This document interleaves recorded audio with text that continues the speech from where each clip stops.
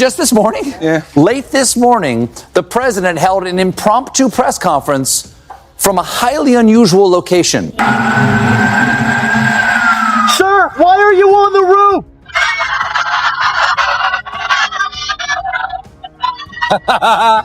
That's nice. That's not a question you hear asked of a world leader that often. It's right up there with, Your Majesty, where are your pants? So why does this matter? Why are people out here getting soaked in the rain to send a message? Because we see our democracy is in real trouble. We see a president who has made himself a king and dictator. And we don't see an opposition that's powerful enough to stand up against the trampling of our rights and the trampling of the Constitution that's happening every single day. All right, guys, this morning things got weird. Really weird. The president held an impromptu press conference from the roof. Yeah, the roof. Reporters asked why he was up there, and applause broke out as if this was normal. This wasn't comedy. This was reality. And it set the stage for a day that exposed chaos, fear, and the fight to defend democracy itself. Because the Smithsonian has now removed Trump from the impeachment exhibit in the American History Museum. Oh! Now you care what's in the American History Museum. Where was that enthusiasm when Dad worked so hard to plan the family trip to D.C.? We're here today to commemorate a life of American that was killed by a Nazi on American soil. Let's say her name so Donald Trump can hear what's happened here. He's allowed these people. He's allowed fascism. He's allowed the KKK. He's allowed Nazis to show their ugly. This crowd stood in the rain, not for spectacle, but to shout a warning. They see democracy in danger, rights being trampled, and an opposition too weak to stop it. Then came the wrecking ball. Colbert and Mark Ruffalo. Colbert sliced with precision while Ruffalo smashed through hypocrisy like the Hulk, tearing apart Trump's carefully staged image and mocking his every blunder with ruthless energy. On Friday, Donald Trump posted, I absolutely love that Colbert got fired. His talent was even less than his ratings. Colbert wasted zero time targeting Trump's obsession with the spotlight. Every courtroom loss, spun as a badge of honor. Every legal defeat, just another episode in Trump's reality show. Colbert mocked this shameless performance art, exposing how Trump turns humiliation into applause. Then Ruffalo stepped in, hammering Trump's fake tough guy image, showing how the so-called strong man collapses under the slightest pressure. U.S. Senator is tackled in a press conference representing his constituency with a question to the Homeland Security who has invaded that state with a military presence. You know you're heading towards dictatorship. That's a turning point. You're only going to see more of that happen. This administration will continue to overreach, and this will be The attacks kept coming. Colbert went after Trump's broken relationship with reality, the crowd-sized lies, the constant rewriting of history. He compared Trump's memory to a child rearranging toy soldiers, always pretending to win.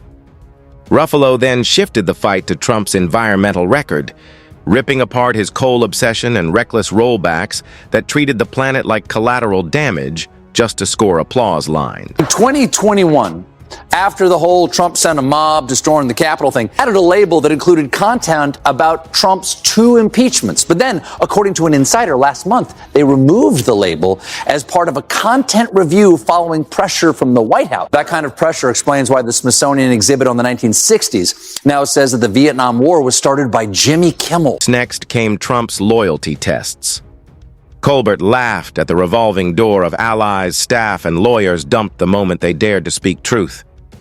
Governance wasn't governance. It was slapstick theater with Trump demanding devotion but giving none in return. Ruffalo called it Trump's greatest act, pretending to be an underdog billionaire, selling victimhood while living in luxury and hoarding power. And I play a petty dictator.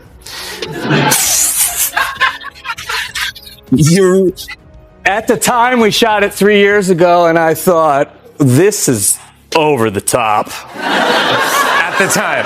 at the time, and now I realize it's totally underplayed. Because now Maxwell has been moved to a minimum security women's prison in Texas that's been called Club Fed. Voice Colbert then shredded Trump's speaking style, mocking the endless loops, the rambling detours, and the chaos weaponized to exhaust audiences. He showed how Trump turned confusion into strategy, burying failures in noise. Ruffalo warned this wasn't just comedy, it was dangerous. When image outruns truth, the consequences hit ordinary people, and Trump's applause meter becomes the only measure that matters. Trump is trying to take our freedoms away, so we have to be reminded of what those freedoms actually are. What do you think it's going to be like for people to experience this parade in D.C. tonight? What message is it sending to Americans to see their military used in this way? It's a message that this president does not care about any of our founding fathers' principles. One of the reasons we separated the military from the executive branch was because we were leaving countries where dictators were using the military against the people. We're seeing it already happening in California. And then came the courts. Colbert lit up Trump's legal circus, showing how he turned indictments into campaign stops, prosecutors into hecklers, and judges into props. The absurdity was undeniable. Trump thrives in scandal like it's oxygen. Together, Colbert and Ruffalo painted a vivid picture of a presidency where truth is negotiable, loyalty is transactional, and governance is just another show. But now that the Trump impeachments have been yanked, the exhibit says only 3 presidents have seriously faced removal. Come on! If you're going to completely make up presidential history, make it fun. Like this. Zachary Taylor's favorite meat was squirrel. It used to be a delicacy, but we don't eat it now because of woke. Finally, Colbert and Ruffalo drilled into Trump's media war and desperate need for relevance. They mocked his obsession with crowd sizes, his fixation on feuds, and his refusal to leave the stage even when the act is over. The takedown ended with fire. This wasn't just a roast, it was demolition. Trump's mythology was stripped bare, leaving nothing but fear, ego, and desperation. The White House has the huevos to deny that they're trading favors with Ghislaine, and they insist that Maxwell was moved because of very real and very credible threats on her life, because after talking with the feds, she was considered a snitch by other inmates. And everybody in the slammer knows snitches get puppies.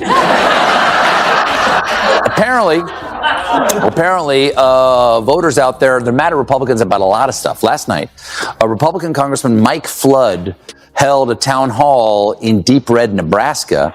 And take a look how it went when he tried to talk about Trump's so-called big, beautiful bill. I truly believe this bill protects Medicaid for the future. On Friday, the Wall Street Journal dropped an absolute bombshell. They are reporting that in 2003, Trump sent a birthday letter to Jeffrey Epstein for his 50th birthday that was sexually suggestive. Yeah, it's the most inappropriate birthday gift since Carvel debuted Fudgy the Hung Like a Whale. We got the most recent jobs report, and it turns out just 73,000 jobs were added last month. And in June, the U.S. added less than 20,000 jobs, meaning Trump just delivered the worst 3 months of job growth since the pandemic. He's taking us back to COVID now. That explains why he's growing sourdough starter around his ankles.